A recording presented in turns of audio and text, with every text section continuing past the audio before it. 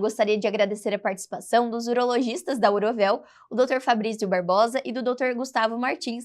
Sejam bem-vindos, doutores. Muito obrigado, Gabriela, pelo convite. Muito obrigado.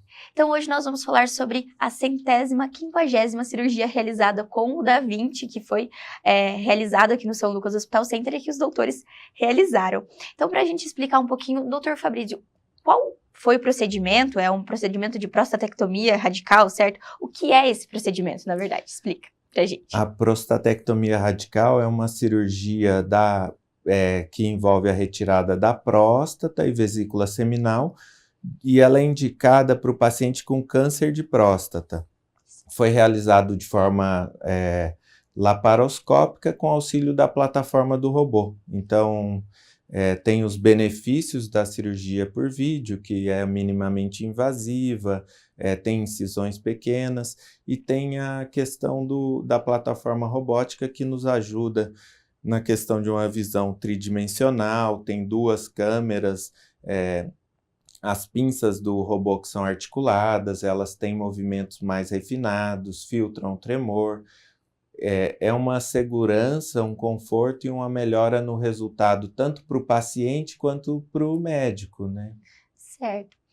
Antes do procedimento, é preciso fazer o diagnóstico. Doutor Gustavo, como que é o diagnóstico de um câncer de próstata para a realização de uma cirurgia, então? Todos os casos são operáveis ou não? Não, nem todos, né? Por isso que a necessidade de se realizar um estadiamento. Mas, assim, para fins de diagnóstico, né? Então, o câncer de próstata é uma das principais patologias que o urologista atua, né? Então, as visitas anuais ao urologista se faz necessário para que realize primeiro os exames mais simples, que consiste no PSA, que é um exame de sangue que constata uma suspeita diagnóstica de câncer de próstata, e o toque retal, que também é muito importante para você estar realizando esse diagnóstico, né? Então, a partir daí, quando se há suspeita, aí vai se aprofundando, você pode utilizar a ressonância nuclear multiparamétrica, e depois a biópsia transretal, prostática, né, até se fazer o diagnóstico e depois a indicação. Mas a cirurgia não é para todo mundo, ela depende do estadio desse câncer de próstata. Se o estadio é um estadio que a doença está localizada, aí se faz, a cirurgia tem um papel. Na época da residência, eu lembro de um paciente que teve essa notícia, né? Tinha câncer de próstata. Ele, em 10 dias, ele foi ao pronto-socorro em crise de pânico 9 vezes. Então, 9 noites ele foi ao hospital em crise de pânico, teve que ser atendido. Então, o impacto de uma notícia dessa ele é muito grande. E a gente tenta tratar isso com muita naturalidade e entender que o paciente pode confiar na gente, que a gente está ali para ajudá-lo e vai escolher junto dele a melhor forma de resolver o problema. Certo. No caso, então, de que o paciente vai fazer a utilização da cirurgia, o tratamento escolhido foi com a cirurgia, a parte do robô, eles têm curiosidade? Como tem sido essa parte também, doutor? Muitos pacientes, eles têm curiosidade, a gente mostra vídeo, mostra sobre como que o robô atua, mas também existem pacientes que já sabem que existe o robô aqui em Cascavel, que ele já está há quase 1 ano aqui, eles querem fazer, eles vêm porque eles já ouviram falar, viram que o resultado é muito mais favorável e querem fazer a cirurgia através da plataforma robótica. Que bacana, então já está criando essa conscientização das pessoas sobre os benefícios da utilização da cirurgia robótica, né, doutor? Sim. Falando um pouquinho mais sobre o Da Vinci, a parte estrutural, doutor, qual que é a diferença e como funciona de fato o Da Vinci, assim, as pinças, a parte estrutural em que o doutor fica e o paciente? Explica pra gente. Sim, o cirurgião ele vai sentar-se ao console, né? E aí a plataforma que realiza os movimentos, ela está à distância, e a plataforma realiza todos os movimentos que o cirurgião realiza através das suas mãos, né? As pinças que lá estão posicionadas dentro do paciente tem uma tecnologia especial que é patenteada pela Da Vinci, que é o EndoWrist, em que ela tem uma mobilidade incrível e ela consegue realizar pontos ou suturas, todo tipo de movimento cirúrgico com uma precisão muito grande e até mesmo que a mão às vezes não consegue utilizar. Você consegue dar um ponto até estando uma agulha de ponta cabeça, né? Outro diferencial também do robô é que as câmeras dele, né? A câmera não é uma câmera, e sim duas. O que isso proporciona, né? Então, isso proporciona uma visão em 3 dimensões, porque na videolaparoscopia a gente só tem a presença de 2 dimensões, que é a altura e a largura, mas com a plataforma da Da-Vinci você pode ver em profundidade. Então, isso para você vislumbrar uma estrutura é muito mais preciso, por isso que eles têm melhores resultados. Além disso, a câmera ela magnifica a imagem, então ela amplia a imagem algumas vezes. E também ela aproxima, ela fica muito próxima, às vezes até bem colado, 1 centímetro de onde a gente está cortando ou está manipulando, o que melhora muito a precisão. Então, o doutor comentou anteriormente que a cirurgia de prostatectomia ela é muito de difícil acesso, e com o Da-Vinci, então, você consegue acessar e ter uma visão mais clara e com maior detalhe, então, de onde você está operando, isso? Perfeito, porque assim, né, ele se insere ali naquele espaço que é um espaço exíguo, de difícil acesso para uma mão estar estabelecendo ali. Então, o robô faz isso de uma maneira muito mais fácil. Então, isso que foi o carro-chefe. Tanto é que essa cirurgia é o carro-chefe de todas as cirurgias robóticas no mundo. É a que mais utiliza-se da plataforma. Perfeito. Falando só para a gente complementar o preparo do paciente, então, para a cirurgia robótica, como que é, doutor? Ele chega no centro cirúrgico, o preparo não é igual um preparo tradicional de cirurgia, correto? Sim, o paciente ele chega, a gente vai começar a cirurgia cerca de 1h30 depois que o paciente já entrou em sala.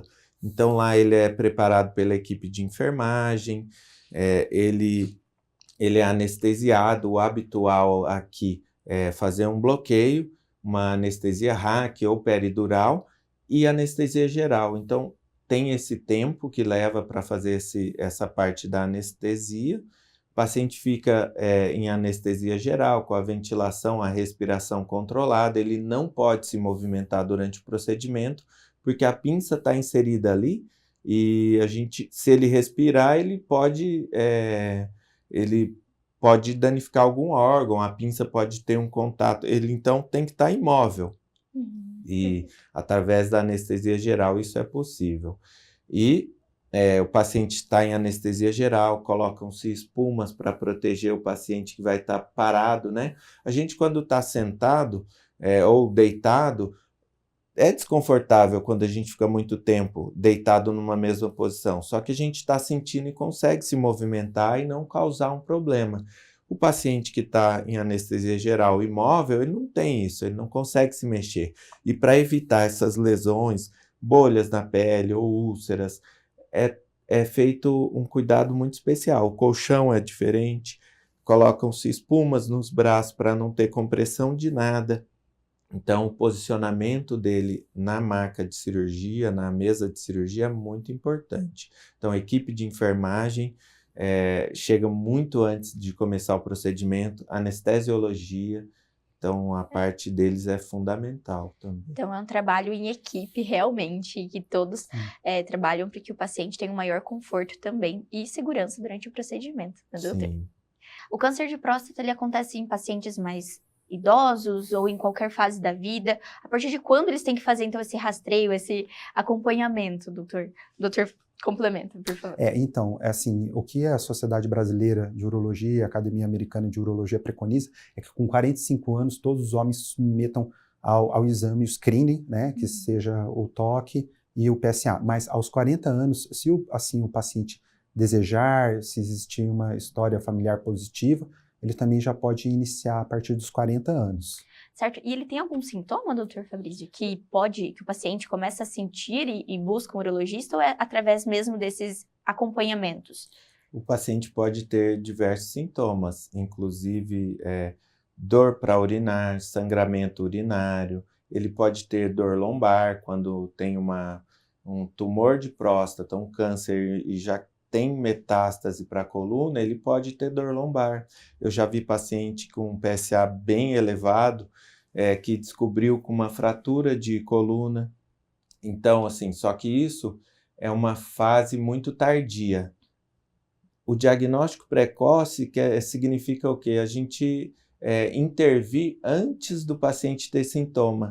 Porque o paciente tem o câncer de próstata, a maioria das vezes acontece na zona periférica da próstata, quer dizer, na parte externa, não na parte onde passa a urina, na uretra prostática. Então, até o paciente ter esse sintoma de dificuldade para urinar, de acordar à noite para urinar, esse tumor já se desenvolveu bastante. Então, o diagnóstico precoce ele é muito importante para a gente não pegar um paciente já em fase de metástase. A gente quer pegar o paciente, descobrir o tumor quando o paciente tem só na próstata, é um tumor localizado, que aí aumenta o potencial de cura. E a cirurgia robótica, ela é um tratamento muito importante e que vai beneficiar o paciente nessa fase. Quando o paciente já tem metástase, ou seja, a doença já saiu da próstata,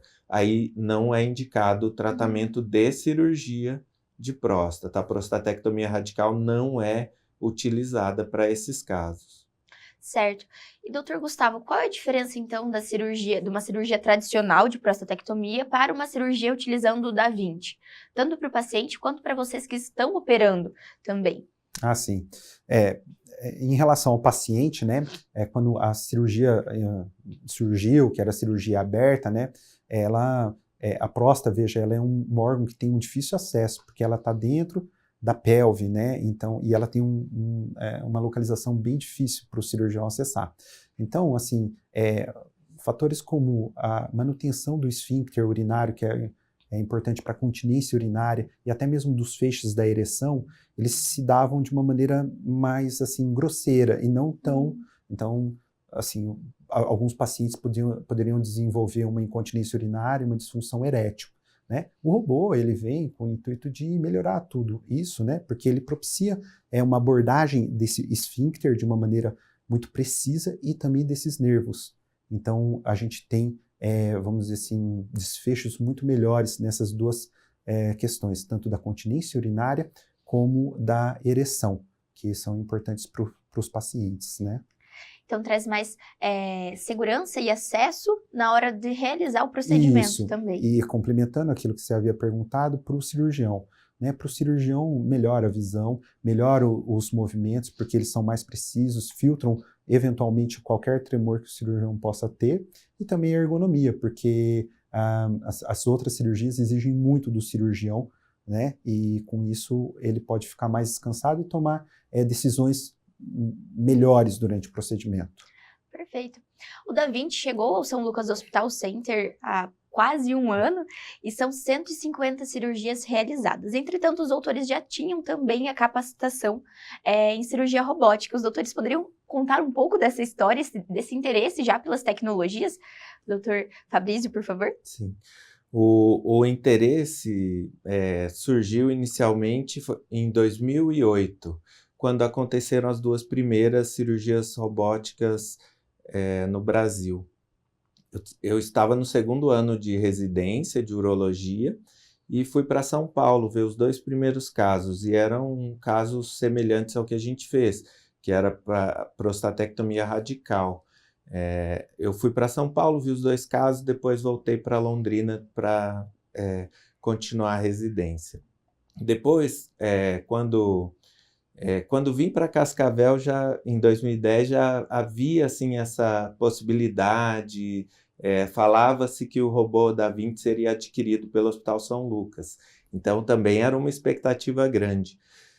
E com os anos, assim, a gente levava esses pacientes de Cascavel para São Paulo, principalmente o Hospital Albert Einstein, o Hospital 9 de Julho, que foi onde fiz a capacitação, um curso de capacitação reconhecido pela Sociedade de Urologia em 2021.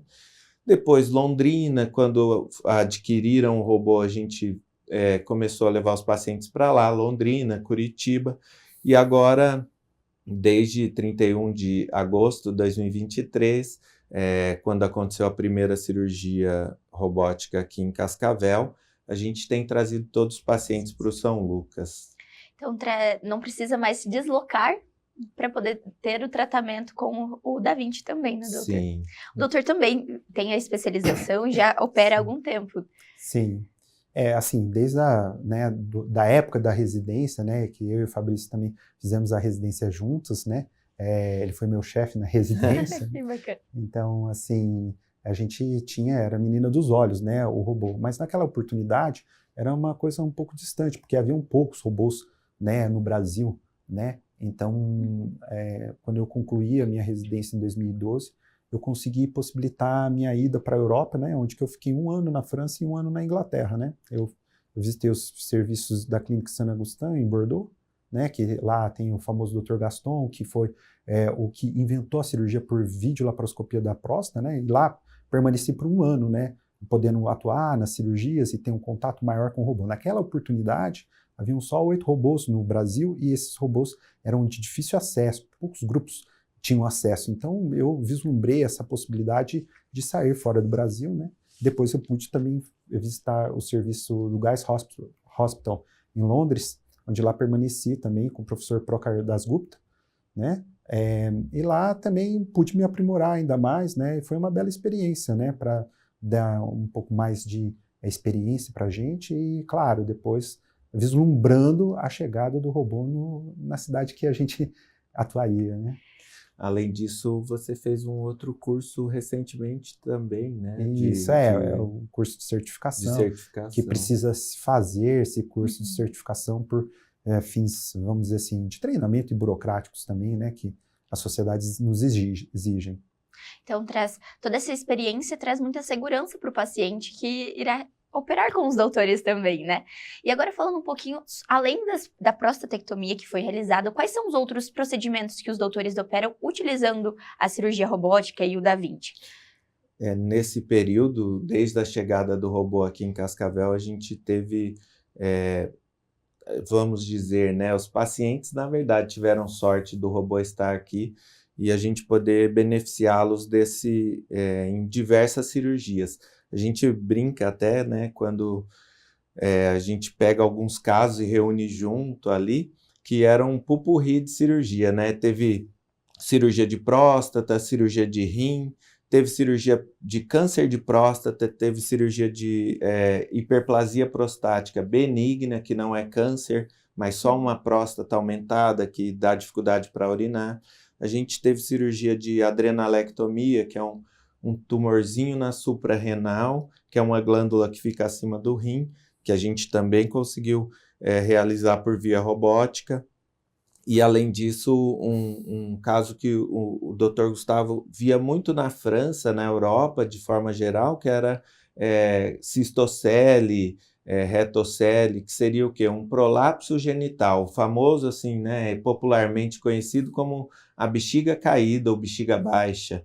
Então, essa cirurgia a gente realizava através de videolaparoscopia e agora, com o auxílio do robô, facilitou muito para a gente, para o paciente, a recuperação muito melhor. Que bacana, então são vários os procedimentos dentro da urologia que são utilizados com o Da Vinci. Certo, doutor? Todas as cirurgias com potencial videolaparoscópico, né, que a gente utiliza na cirurgia, elas têm o potencial também de utilizar-se a plataforma robótica, né? Isso daí facilita muito tanto para o paciente como para o cirurgião. Certo. E falando agora um pouco mais sobre o trabalho dentro do centro cirúrgico. Os doutores operam juntos, então o procedimento ele é realizado em equipe. Como que funciona essa organização dentro do centro cirúrgico em uma cirurgia robótica? Doutor Gustavo, por favor. Então, a equipe é muito grande, né? Ela é composta de anestesista, de enfermeiros, de auxiliares de enfermagem, de todo um staff, né? Dos cirurgiões, né? Então, assim, a gente sempre opera junto, né? Aí vamos dizer assim, o cirurgião que seria o dono do paciente, é aquele que senta no console, é aquele que faz a cirurgia, e o auxiliar é aquele que fica ao lado do paciente, passando as pinças lá para as pinças do robô, aspirando, passando os materiais, né? Então, precisa que haja uma afinação da equipe, né, para que, que esteja tudo muito bem afinado para que ocorra o procedimento. E realmente, assim, a equipe do São Lucas, ela se preparou muito bem, assim, tem enfermagem exclusiva para cirurgia robótica, então é muito bem capacitada. O pessoal da equipe de anestesia, os médicos anestesistas também muito bem capacitados. A gente tem a instrumentadora nossa, mas tem várias instrumentadoras de outras equipes também capacitadas. E essa questão da certificação também dos médicos, ela é exigida, né? Porque não é só, eu acredito que eu sei operar, vou ali e opero, né? Tem que ter toda uma segurança. É uma cirurgia muito precisa, muito delicada e tem que dar certo. Por exemplo, uma transfusão de sangue, que era muito comum na cirurgia aberta, no robô é considerado como um desfecho ruim, né? Então, era muito tolerado quando se fazia cirurgia aberta, mas no robô não, tem que dar tudo certo. Então, traz mais, como a gente já falou, segurança mesmo para o paciente. E no pós-operatório, doutor, como é que esse paciente ele sai do centro cirúrgico e como que é a recuperação dele de uma cirurgia de prostatectomia? Tem pacientes que relatam e falam assim, nossa, parece que eu nem fui operado, mas bacana. Acontece mesmo, porque assim, como é uma cirurgia minimamente invasiva, o trauma cirúrgico é muito menor. Então, o paciente, às vezes, tem mínima repercussão e isso leva a uma recuperação mais rápida, menos dolorosa, com uma alta precoce, melhorando todos os indicadores. Então, assim, é uma cirurgia assim, espetacular quando você submete o paciente à robótica. Ele opera, fica um tempo em recuperação anestésica, depois vai para o quarto e a tendência é em 24, 36 horas ele ter alta. A gente deixa um dreno para um eventual sangramento que tiver ali perto onde foi feita a cirurgia, tira o dreno, mantém a sonda que o paciente usa, que é para ajudar na cicatrização entre a bexiga e a uretra, tira essa sonda com 1 semana em média. Antes, com a cirurgia aberta, era feito em 2 semanas. Então, até isso tem um benefício.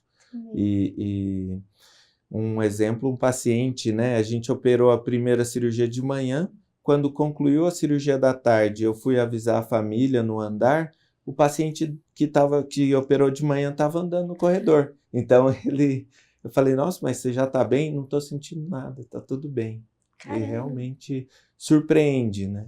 Bem tranquilo, o paciente consegue ter uma qualidade de vida já logo nos primeiros dias, então. E os cuidados que ele precisa ter seriam os cuidados de uma cirurgia tradicional, doutor, assim, de esforços e esse cuidado pós-hospitalar. Assim, claro, né? O bom senso impera, né? A gente tem que pedir para que os pacientes não realizem atividades extenuantes, né? Mas é interessante que ele faça pequenas caminhadas, né? Vai depender do tipo da cirurgia, obviamente, né? Igual o Dr. Fabrício ilustrou um caso de uma prostatectomia, que ele fica com a sonda, mas existem as outras também que precisa, cada uma vai ter um cuidado específico. Mas via de regra, assim, manter uma vida, vamos assim, regrada a um certo momento, né? Mas assim, com as suas atividades, né? Essa que é o interesse, né, da cirurgia minimamente invasiva. Porque se o paciente, por exemplo, ter um trabalho que seja um trabalho, vamos dizer assim, administrativo, burocrático, ele pode até realizar esse trabalho, né, que não seja uma coisa que exija muito dele. Tranquilo. Doutor, no caso, então, desse procedimento é retirado o câncer e retirado a próstata? Então, esse paciente ele não teria novamente uma cirurgia efetiva para o paciente? A gente, depois que tira tira a próstata inteira. Normalmente é uma doença que ela é multifocal, então por isso que tira. Eu tenho um nódulozinho que foi visto na ressonância, mas por que eu não tiro só esse nódulo? Porque muitas vezes só conseguiu ver na ressonância um único nódulo, mas às vezes a doença está nos 2 lados da próstata. Então, a cirurgia padrão tira a próstata, tira a vesícula seminal.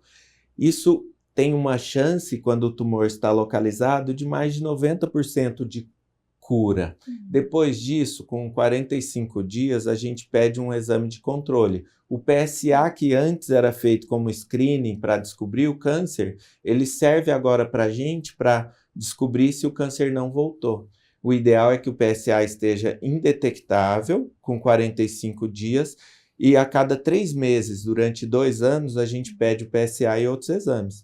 E depois, de 2 anos, semestralmente. A partir de 5 anos, esse PSA manteve-se indetectável, uma vez por ano ele faz exame. Então, o PSA é importante tanto no diagnóstico quanto no acompanhamento da doença. Então, depois ele também continua acompanhando e monitorando para que não aconteça de voltar esse câncer também. Voltar ou não, não é uma coisa dele fazer um controle e eu garanto que não vai voltar. Não. Se a gente vê que voltou, a gente precisa saber.